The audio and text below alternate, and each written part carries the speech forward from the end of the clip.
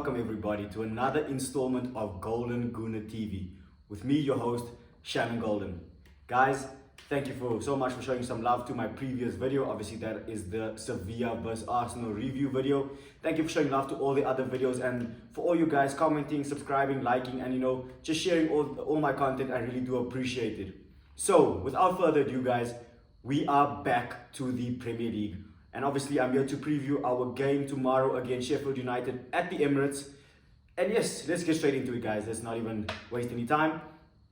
Arsenal need to win. Do Arsenal need to batter Sheffield United 5-0? Possibly. Do Arsenal maybe need to win a convincing 2-0? Possibly. But, most importantly, Arsenal need to get the win.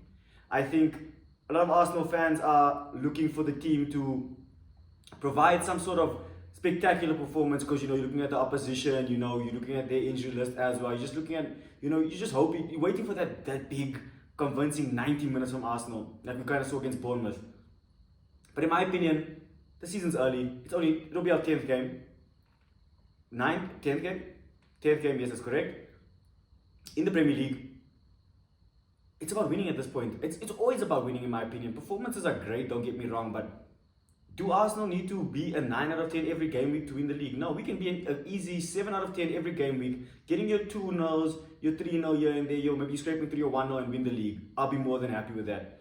So what I'm expecting from tomorrow's performance, guys, is just for Arsenal to be professional. Approach Sheffield United with the respect they deserve, not because I think they can beat us, but because if we are complacent in any way, we could find ourselves in trouble very quickly. As we saw with the Bournemouth game last season, going down so early in the game. Southampton, for example, just not having the right approach. So I think it's going to be very important and very interesting to see the type of team Arteta feels tomorrow, as well as the performance of the team overall. So yes, guys, like I said, I'm really looking forward to that. And yeah, let's see how we do and how we fare in tomorrow's game. So guys, I just want to speak more about Mikel Arteta's comments that he made in his pre-match post-conference. There were some highlights or some key things that I want to speak about. I think I'll obviously speak about the main talking point, which was the injuries or injury updates, should I rather say, of Gabriel Jesus and Thomas Partey. And look, these are two key players for us, but these are two players that keep getting recurring injuries. I can't remember the last time Jesus or Partey gave us about 10 games in a row. And the biggest quality a player can have is availability. And unfortunately for both of them, it's starting to become a concern. And honestly, it's becoming an annoyance. And more so for me, Partey, than it is Jesus. I think it's only Jesus' second season, so I can give him a bit more grace. But every season, basically, that Partey's been here, he's had some sort of lengthy injury spell. And now we're just seeing it become more occurring. So I don't know if it's something that he's doing, something that the medical staff are not doing, or just maybe it's just a problem that cannot be eradicated. And look, when Thomas Partey plays, we are definitely a better team. But that's when Thomas Partey plays, and it's currently not that often, And unfortunately for me, that's been a bit of a frustration. So, look, I'm not calling for Partey to be sold, but I do think we need to question, is he the player to take us forward in the long run? And I mean long run, I mean the next 3 years. Can we rely on Thomas Partey for the next 3 years to take us to the levels of being European champions, being champions of England, constantly competing for the top honours? With the current injury record he has, I have to say no. But I'm willing to give him till the rest of the season to prove himself and prove his fitness. And then we can take it from there in the summer. I think there will be a very difficult conversation, or there will definitely be a necessity for a conversation with Thomas Partey and his representatives in the summer. Gabriel Jesus, though, I can give him a bit more grace. I think Jesus has also showed a unique ability to come back from injuries very quickly. And it's not necessarily that he came back and this is an injury that now caused him, that we rushed him back and now it's the same injury. No, it's a new injury, it's a hamstring injury. His previous injury was a knee injury, so the two are not linked, in my opinion, So, yeah.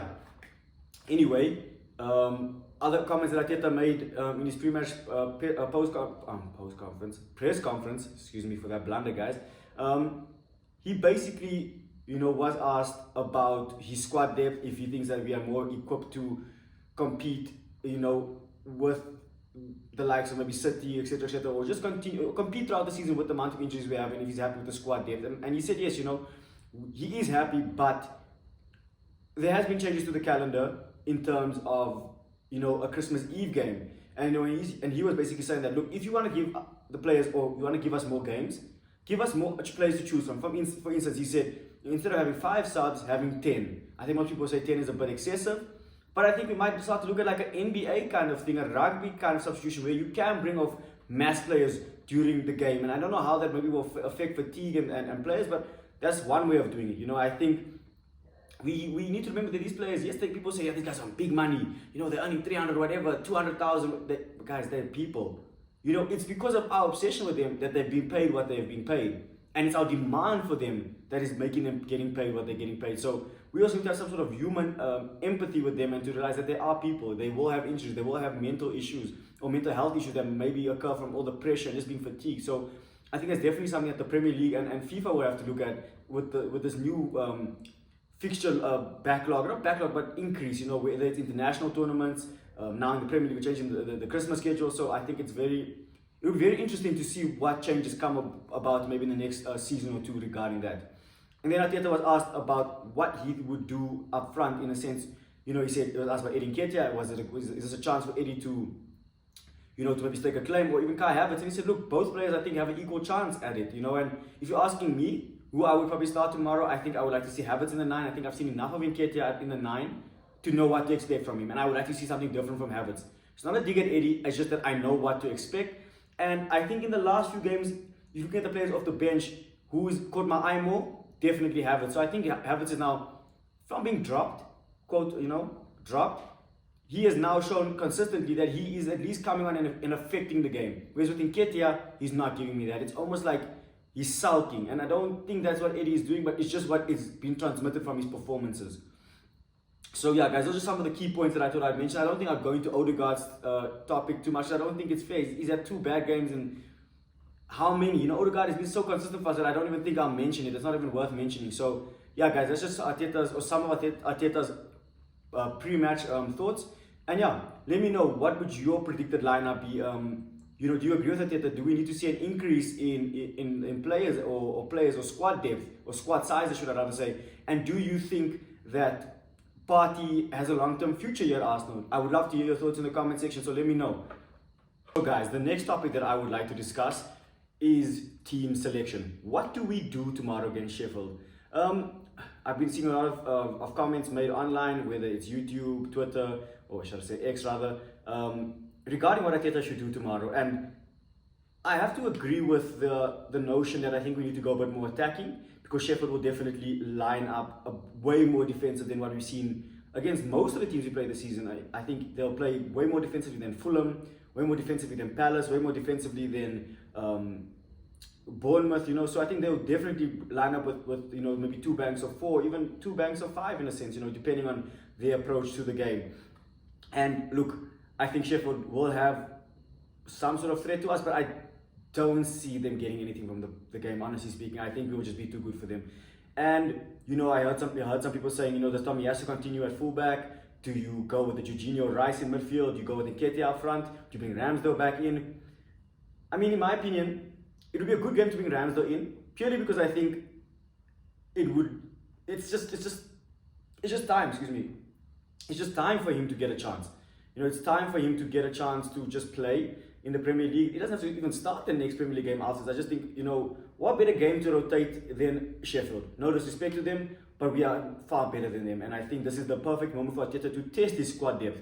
There's certain players that we haven't really seen this season. Your Vieiras, your Smith Rowes, your Nelsons, your Trossards. And I think this is an ideal time for Arteta to experiment and see the quality that he has in depth in terms of our squad. Because why would you give Nelson a new contract?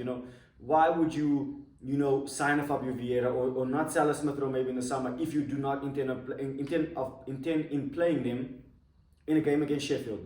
Then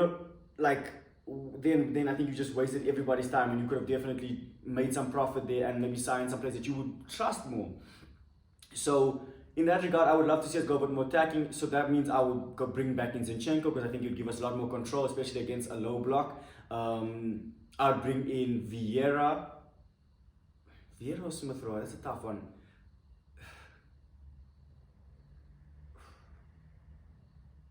My heart says Smith Rowe, but I'm leaning more to Fabio Vieira. I think Yes, Smith Rowe maybe hasn't given opportunity, but every time Fabio Vieira's played this season, he's also justified a reason to start tomorrow. And both players, like Vieira's been on good form when he's come on, and Smith Rowe just deserves to play because he hasn't really played. So it's a tough one. Does Arteta be bold and start Vieira and Smith Rowe and bring Odegaard out of the starting 11 tomorrow? That'll be interesting. I don't think he does it. I don't think Arteta is that pragmatic where he will do something like what Pep does, where he surprises everyone with some really insane changes. Do you bring Nelson in for Saka, give Saka a bit of a breather? Do you bring in Havertz or Nketiah in the number 9, or do you give Trossard that role of playing in the number 9, maybe doing the Jesus role?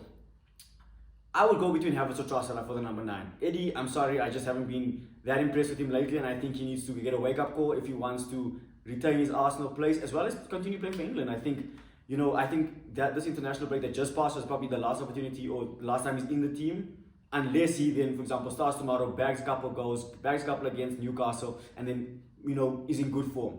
So, yeah, it'll be very interesting to see what Arteta does in terms of team selection and squad rotation. And yeah, guys, I would like to hear your thoughts. Who would you bring in? Would you change anything in the goalkeeping department? Would you bring back Zinchenko? Would you go with a completely rotated midfield? And who starts in that number 9 position? Obviously, now that we're missing Jesus for the next couple of weeks.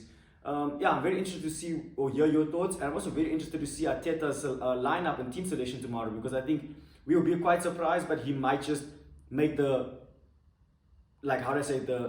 normal change, like striker for striker type thing. Maybe doesn't bring Trossard in, doesn't bring in Havertz, he just brings in Nketiah. He might just bring Vieira in, or he might just go with Jorginho and Rice again. He might bring back Zinchenko. So yeah, like I said, I'm very interested to see what Arteta does tomorrow, and yeah, let me know your thoughts regarding that.